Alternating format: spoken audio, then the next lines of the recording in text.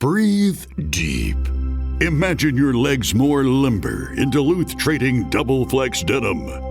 Envision euphorically squatting for that can of suds, bending for your toolbox in a state of bliss, lunging for your laser level on a whole new level. Relax and allow the flex to fill you with ability. Find your inner flex in Double Flex Denim only at Duluth Trading.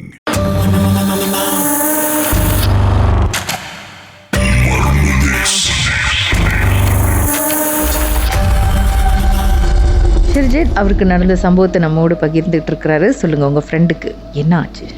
ஃப்ரெண்டுக்கு நடந்த கதை சொல்லி, இது எனக்கு தான் நடந்துச்சு. ஆனா ஃப்ரெண்டோட வீட்டுல நடந்த ஒரு சம்பவத்தினாலக்கா ஏர்லி இன்சிடென்ட் முடிஞ்சு 2 வாரம் கழிச்சு. ஓகே. சோ இந்த எக்ஸாரிசம் சம்பவம் நடக்கிற ஒரு 2-3 டேஸ் அந்த காலகட்டத்துல தான் வந்து நண்பரோட அம்மா வந்து தவறுனாங்க.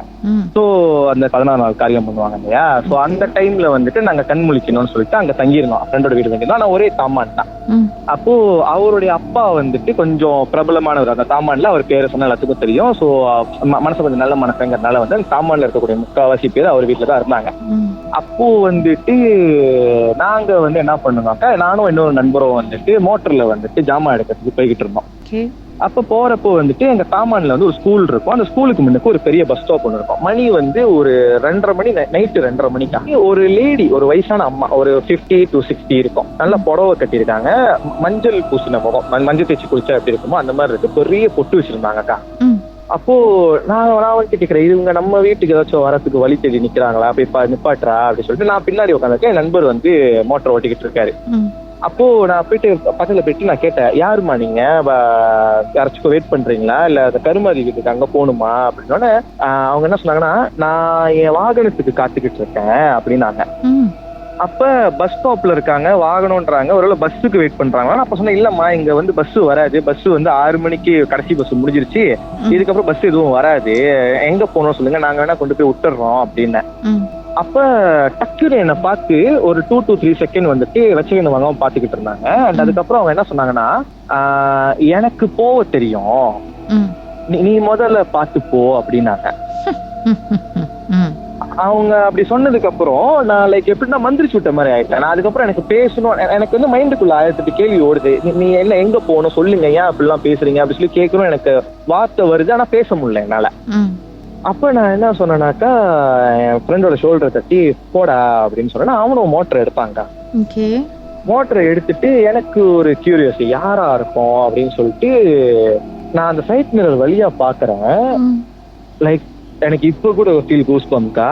அவங்க கொண்டை கட்டியிருந்தாங்க, அந்த முடி விரிச்சு விட்டு காத்துல பறக்குது, நாக்கு நல்லா தொங்க போட்டுக்கிட்டு ஒரு காளி மாதிரி இருக்காங்கக்கா அவங்க. நான் என் ஃப்ரெண்டு ஷோல்டரா பிடிச்சி அமுக்கணும், நான் எதுவுமே பேசல அவங்க கிட்ட, வேகமா போ இந்த மாதிரி பார்த்து எதுவுமே நான் சொல்ல. என் ஃப்ரெண்டு ஷோல்டரா அமுத்துனேன். ஒரு 20ல போய்கிட்டு இருந்தேன். என் ஃப்ரெண்டு வந்து முறுக்கு ஒரு 80-100 போயிருக்கோம் ஸ்பீடு. அழுத்தி நேரா கொண்டு வீட்டுல நிப்பாட்டினா, நான் கேட்டேன் அவன்கிட்ட, நீ பாத்தியா அப்படின்ட்டு. அவன் கேட்டா, என்னத்த பார்த்து, நான் ஒன்னுத்தையும் பாக்கல அப்படின்னு. அப்புறம் ஏன் வேகமா ஒண்ணு இல்ல, நீ ஷோல்டர் அமுக்கணும்னு வந்துட்டு எனக்கும் என்ன நடந்துச்சுன்னு தெரியல, நான் முறுக்குன வரைக்கும் ஞாபகம் இருக்கு, நான் எப்படி வந்தேன்னு கூட எனக்கு தெரியல அப்படின்னா.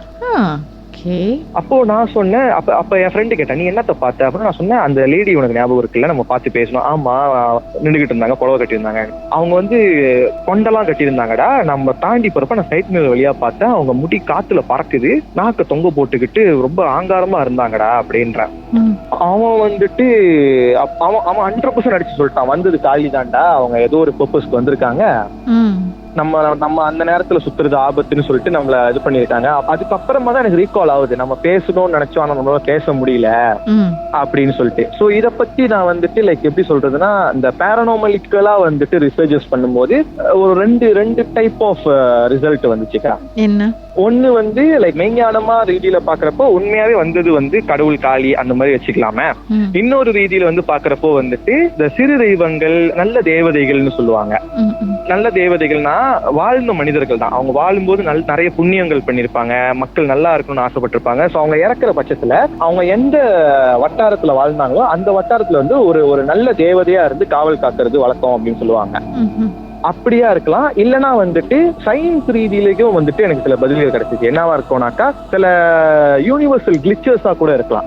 நம்ம ஒரு யூனிவர்ஸ் வாழ்ந்துக்கிட்டு இந்த பேரலல் யூனிவர்ஸ் சொல்றாங்க இல்லையா, சோ அதன் ரீதியில வந்துட்டு இந்த மாதிரி மக்கள் வாழக்கூடிய யூனிவர்ஸ் உடைய கிளிச்சர்ஸ்ல நம்ம ஏதாச்சும் பார்த்துக்க கூட வாய்ப்பு இருக்கு அப்படிங்கிறது நான் தேடின வரைக்கும் எனக்கு கிடைச்ச ஒரு விஷயம். பட் நான் பிலீவ் பண்றது ஒரு ஒரு குட் என்டிட்டியை நான் பார்த்திருக்கேன் அப்படிங்கிற மாதிரி தான் நான் அதை எடுத்துக்கிட்டேன். நீங்க வந்து சைட் மிரர்ல பாத்தீங்க, காளி மாதிரி தெரிஞ்சிச்சு, திரும்பி கண்ணால பாத்தீங்களா? இல்லக்கா முடியல, பார்க்க முடியல. எனக்கு பார்க்கணும் அந்த அளவுக்கு தைரியம் வரல. ஓகே. ஆனா நேர்ல பார்க்கும்போதும் கண்ணாடியில few second தான் இருக்கும். நேர்லயும் கண்ணாடியிலும் பார்த்த அந்த புடவை எல்லாம் ஒரே கலர் தான், ஒரே மாதிரி இருந்துச்சு. புடவெல்லாம் ஒரே கலரு, அந்த முகம் இருந்த அந்த எக்ஸ்பிரஷனும் அந்த முடி நாக்கு அது மட்டும் தான் வேறுபட்டு இருந்துச்சு. பாருங்க, உங்களுக்கு பல காட்சிகள் பல ரூபத்துல வந்திருக்கு, பல அவதாரத்துல. ஆமா ஆமா. ஓகே, அடுத்த எபிசோட்ல வேற யாராவது வந்து காட்சி கொடுத்தாங்கன்னா மறக்காம நம்ம எபிசோட்ல வந்து கலந்துக்குங்க. கண்டிப்பாக. மர்மமான சம்பவம் உங்க வாழ்க்கையிலும் நடந்திருக்கா? இதை எப்படியாவது மர்ம தேசம் நிகழ்ச்சியில சொல்லியே ஆகணும்னு ரொம்ப நாளா ட்ரை பண்ணி லைன் கிடைக்கலையா? கவலை விடுங்க, வாட்ஸ்அப் பண்ணுங்க.